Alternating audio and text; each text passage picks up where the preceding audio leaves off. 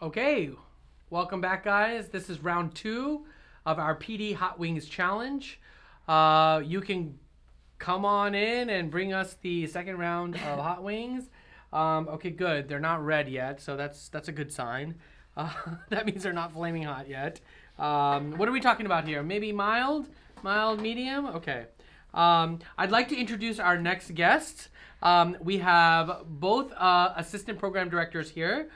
Sumintra Wood came to us from Maimonides, where she did her medical education fellowship, and before that she trained at Mount Sinai Hospital in Manhattan. And Marvin Mempin is one of our very own who trained here, graduated in 2016, is now also one of our APDs. And now we're going to talk about conference, didactics, asynchronous learning, oral boards, and everything education. So Sumintra, why don't we start with you?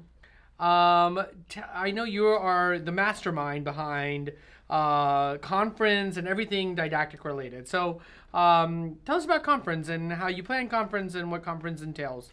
Yeah, I love conference. I think we have the best conference. I also plan it, so it's the best. I have to back my own hard work that way. It's based on a 4 to 5 week rotation model, which kind of goes through sort of the core areas. We do a PEDS conference day. We have a admin and M&M day. Then we have like a more just like small group based day, and then sometimes we kind of like change it up and do something that's a little bit more interactive. We did like a game based day today. Where it's escape the room. Escape the room, yeah. Gamification is always fun. There's a sim day, procedure day. We have like sim almost every conference day because I think that sort of interaction and like sort of team-based learning is really helpful. But then we also have just like straight up sim days where, you know, you might do like a little bit of oral boards, but then just like a lot of procedures. Yeah, I think every 3 months, whenever there's 5 Wednesdays in a month, that 5th Wednesday is always oral boards in the morning, followed by a procedure lab where you're really tackling procedural competency of things that you don't necessarily see all the time in the ED, and sometimes just very common procedures that you see all the time in the ED. Right, and whenever we can, we also try to do like an ultrasound day where instead of doing those sort of like the sort of hardcore procedures that you do in sim, then you also do the sort of ultrasound teaching, which is also very hands-on, right, with our ultrasound trained faculty, which are super great.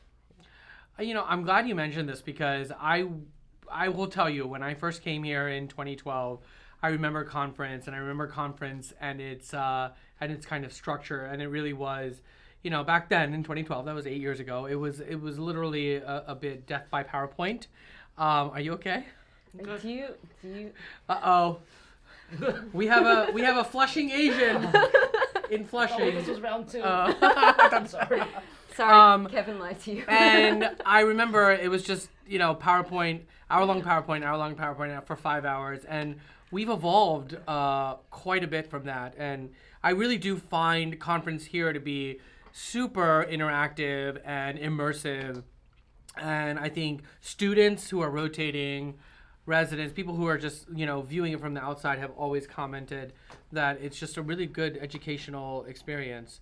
Yeah. So you're doing a great job. Oh, I'm thank you. I'm backing you there. Thank you for supporting my sort of totalistic overthrow of the conference curriculum. And, well, look, I mean, you brought a lot of it to our shop. I mean, you had a lot of it already existed. I know, but yeah. you know, Dr. Wood is, you know, being humble right now, but she does have an education background. She did her master's in education, doing an education fellowship, and we're very lucky to have you.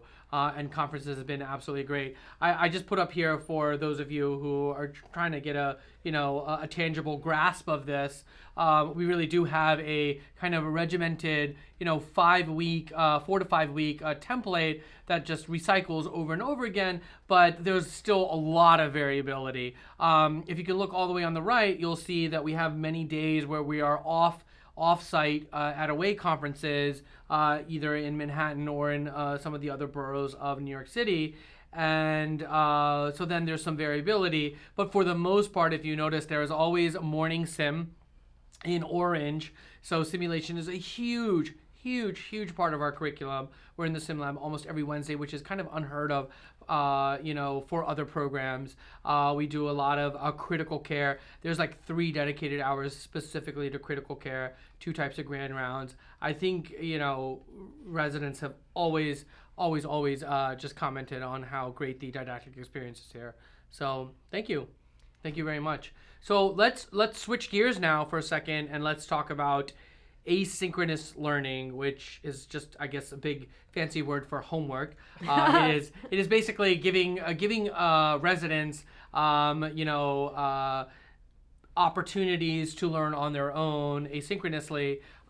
So Marvin, can you talk to us a little bit about that, since you help coordinate that? If you can speak. Let's invite Dr. Wood to... Notice that I haven't had a single... invite Dr. Do Wood I have to push the red button for you? Not yet. Already? Not yet. But yes, as Dr. Parikh said, asynchronous learning is learning by yourself.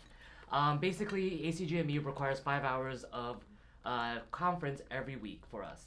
What we plan to do here is we have 4 hours of conference in person through what Dr. Wood arranges in terms of varying every week for those 4 hours in person. What we like to do with that last hour, though, is have you work on your own when it is most convenient for you on asynchronous assignments.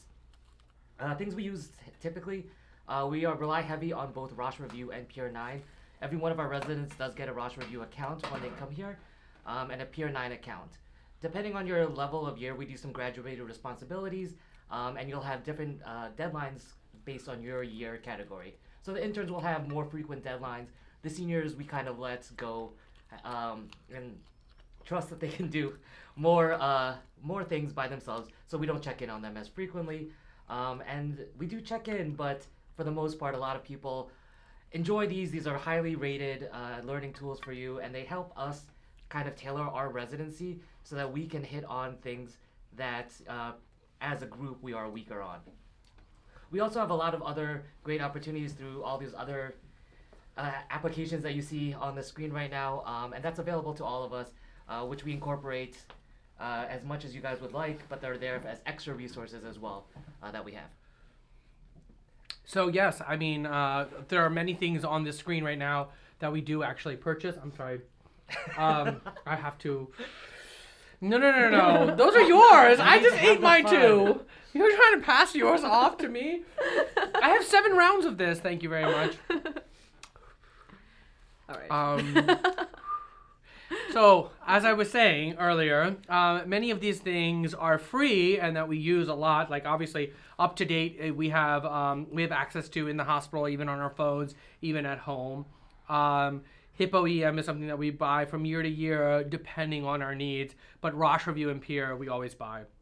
Rosh Review seems to be the most kind of commonly utilized and probably preps you for the boards and the in-service every year the most.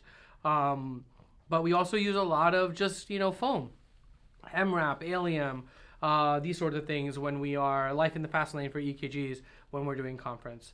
So now let's just put it all together, right? So you got the component of conference and formalized structured didactics, and then we have asynchronous learning, and then we have oral boards. Oh, you also do oral boards. How often do we do oral boards? We do oral boards. If there's a 5th Wednesday of any month, we do oral boards and or simulation lab with it, which is great. Our oral boards software is the same software that they use for the real oral boards. It's provided by Cord, which is our educational EM group that we have. So it's exactly the same material and software that they use. So it gets our residents really comfortable in using that software, which I think is half the battle on doing oral boards, because that patient is not in front of you and you have to pretend to be treating someone even though you can't see what they actually look like. So we do really well on our board pass rates overall in general throughout the years. We have a 94% written pass rate on the first attempt, a 98% oral pass rate on the first attempt, and there's a 99% overall board achievement rate. 99%? 99%, yes. Why 99? My father would always say, what happened to the 1%? Yeah, what happened to Do you even know? I don't actually know the 1%. Okay, so I'll step in. So there was a resident a long time ago who decided to go into law after graduating, and then got their JD, and then moved on into law and never became board certified.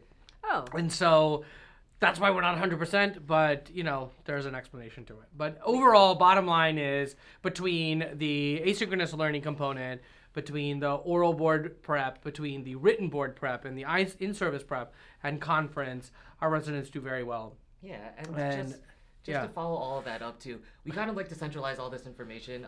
We recently started this blog, that quacktalk.org, which you guys all will have free access to. It's started to do this foam type of thing with our residency. Our residents are able to provide original content there. They do some blog posts during some of their off-service rotations, which I kind of manage as well. But it's all great content and great quality. It lets your name be out there. And it's a really good, testing the waters to see if this is what you like in terms of you want to go more into academic emergency medicine. It gets your feet very wet, and we get to involve you as much as you can. One of the current third years helps me a lot with the web design. So it's a lot of opportunity to mold it however we want it to do. Right. That's great. That's great. Look, both of you, thank you for being here. Thank you for having us. Yes, and thank you. But I am going to call you out on not eating the wings, which he ate and I ate. Yeah, but I want to look good. But it's okay. No, it's okay. Okay. That's a mild one. Okay, just at least one bite, Eat around and the then we bed. have to move on. We have to move on to round 3, unfortunately. But Good girl. go girl. Proud of you. There you go. By the way, Sumintra Wood. That means you're half brown. You should be able to handle. No, it's not the spice. I just don't like wings. Okay. Thank you for having All us. right, Thank and that's a you. cut. Okay. Round 2.